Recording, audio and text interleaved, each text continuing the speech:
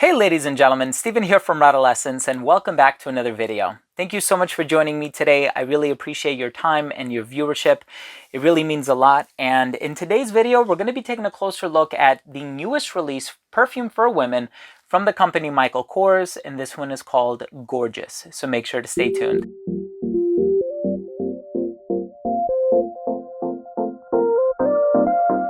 Now, before I begin my fragrance review or perfume review of Gorgeous by Michael Kors, I do want to mention that if you are a fan of fragrance-related content, if you like fragrance reviews just like this, if you want to be kept up to date on the newest releases on the market, please do consider supporting this channel by subscribing to it. It would mean so much to me. 60% of the people who watch this channel are not subscribed, so your subscription would help tremendously and it would go such a long way. So all you got to do is click on that red button in the corner, and of course, while you're at it, please be sure to enable notifications by clicking on the bell icon. So I happened to be in Macy's a couple of weeks ago, and it was me, my wife, and my friend. And we were walking around and I had every intention of purchasing a men's fragrance. So we were on our way towards the men's counter when all of a sudden I spotted this on the shelf. And I remember seeing on Fragrantica.com that this was the newest release from the brand. So I said, oh, let's go ahead and check that out. And being as though my wife was with me at the time, I said, babe, why don't you come? You'll smell this. You'll tell me what you think. If you like it, I'll buy it for you and I can review it in the process. And so she smelled it. She really enjoyed it. But then she was like, you don't got to get it. You don't got to get it. So I didn't purchase it. But I went back a week later and then I ended up buying it for her anyway, just because, you know, I can't resist purchasing new fragrances. That's just in my nature. It's in my DNA. But here is the newest release from the company Michael Kors, and this has a very vague and obscure note breakdown. You have tobacco, floral notes, woody notes. That's it. It's quite obscure. I don't know what kind of floral notes are in here. Is it going to be jasmine, iris, tuberose, freesia, ylang ylang, heliotrope? Who knows? That's what my job is. I'm going to try to dissect this as best as I can. And I just want to say, before we start talking about the smell, let's check out the presentation. So here on the box, you have this angular look to it. It just has the name of the fragrance and the name of the company. This is Eau de Parfum Strength. On the bottom of the box, you have your ingredients and your UPC. And on the top of the box, you just have the name of the brand. Now, the bottle has the same angular look to it. It has this cutaway here on the corner. I think it's pretty cool, very unique. You just have the name of the fragrance in a cursive font here on the front.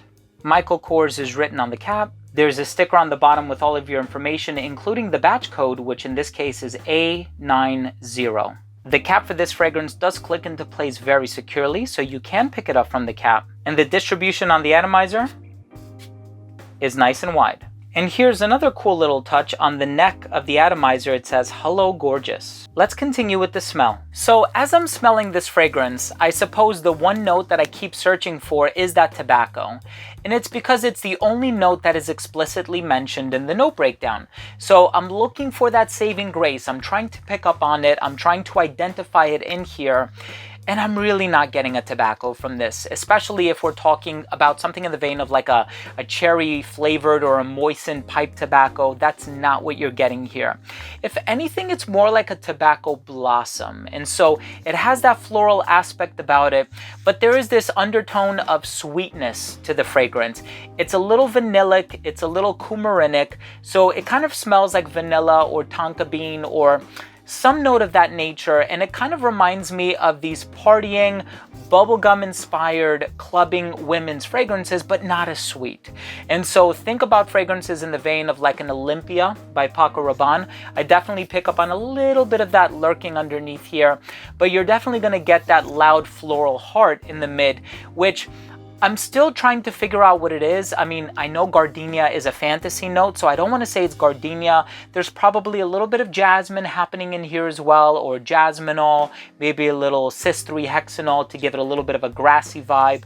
But I do get that floral accord in the heart, and perhaps there's a little bit of that freesia and narcissus thing going on in here, which I know Michael Kors has a tendency of using a lot in their perfumes. And so my wife has the original Michael Kors. She also has, I believe, one with sheer in the name, if I'm remembering correctly.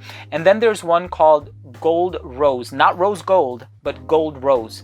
And I purchased many for her, most of them from TJ Maxx, but some from the Michael Kors boutique.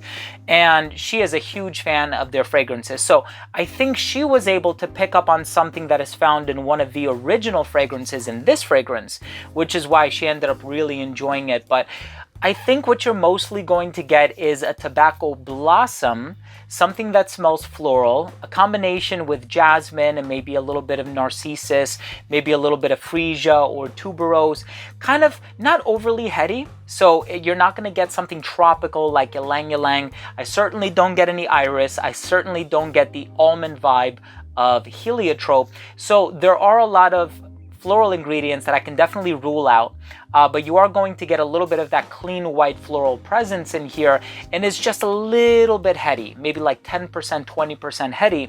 The rest is like this clean white floral aspect, and it doesn't become indolic at all. So it doesn't have that barnyard type of a feel to it. But in the base, you're going to pick up on some smooth woods, and like I said, there is a little bit of that underlying sweetness, and the only woodsy ingredient that I can safely say has a bit of that sweet punch is sandalwood. So perhaps there's a little bit of that happening in the base of this fragrance, but it doesn't smell overly woodsy. I don't necessarily pick up on cedar wood or guaiac wood, or definitely no agar wood. So I would say there's probably a little bit of sandalwood in the base as well. Certainly it would help a lot if the fragrance company divulged a little bit more of what went into the note breakdown and the composition. But in any case, if you are a fan of Michael Kors perfumes and you like the way that they utilize their floral ingredients, and now you want something that has an undercurrent of sweetness but not overly so, the floral ingredients still overwhelm the sweetness, I think you ought to check this one out. I know a lot of critics will say that it might smell a little bit mass marketed or generic. It doesn't have a certain wow factor for a lot of people. I know a lot of people aren't looking for perfumes that are overly daring or challenging or avant-garde and experimental. You want something that is going to be mass appealing, something that's going to be safe, something that's going to make you feel good and smell good, and something that is appropriate for an office environment, or if you're going to come in close contact with other people.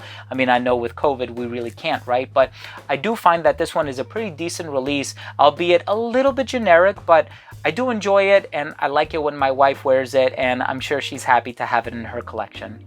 Let's go ahead and finish things off with my overall assessment. So first up, in terms of the uniqueness and the overall smell, I don't think it's the most unique fragrance on the market. I do get hints of Olympia, I get hints of Alien by Thierry Mugler, and I suppose because of that jasmine note, but in here it's not nearly as indolic. So I am able to pick up on elements that are found in other women's perfumes on the designer market. So while it's not the most unique fragrance, it definitely smells mass appealing.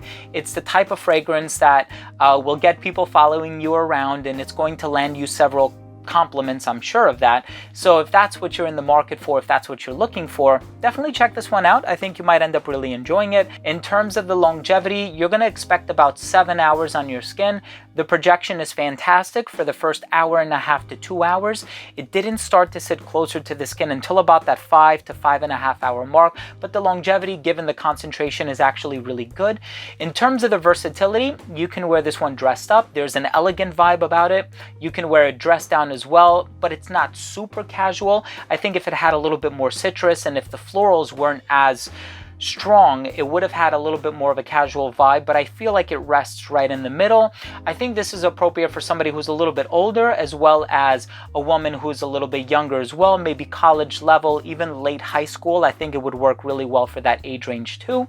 And in terms of the presentation, I think it looks really nice. I kind of do like this jagged feel to the bottle here, and I do like the sort of cursive font on the front of it. But my final verdict on this fragrance is, if you are a fan of Michael Kors, if you are a devout supporter of the brand and you own their other perfumes and you've come to expect the quality of the brand and the types of fragrances that they put out, I think you're going to get something that is expected, but something that you'll be pleasantly impressed by.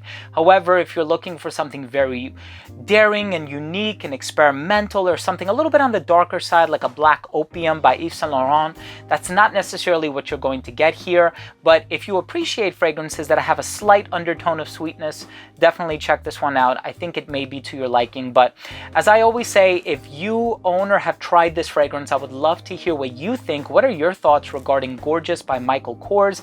Leave a comment down below. That was my review of Michael Kors Gorgeous. Again, if you own this fragrance, I'm always interested in starting that dialogue. And again, if you are new to this channel and you took something of value from this video, please do consider supporting this channel by subscribing to it. All you have to do is click on that red button in the corner, and while you're at it, make sure to enable notifications by clicking on the bell. Thanks again for watching. I love you all, and we'll see you next time. Bye.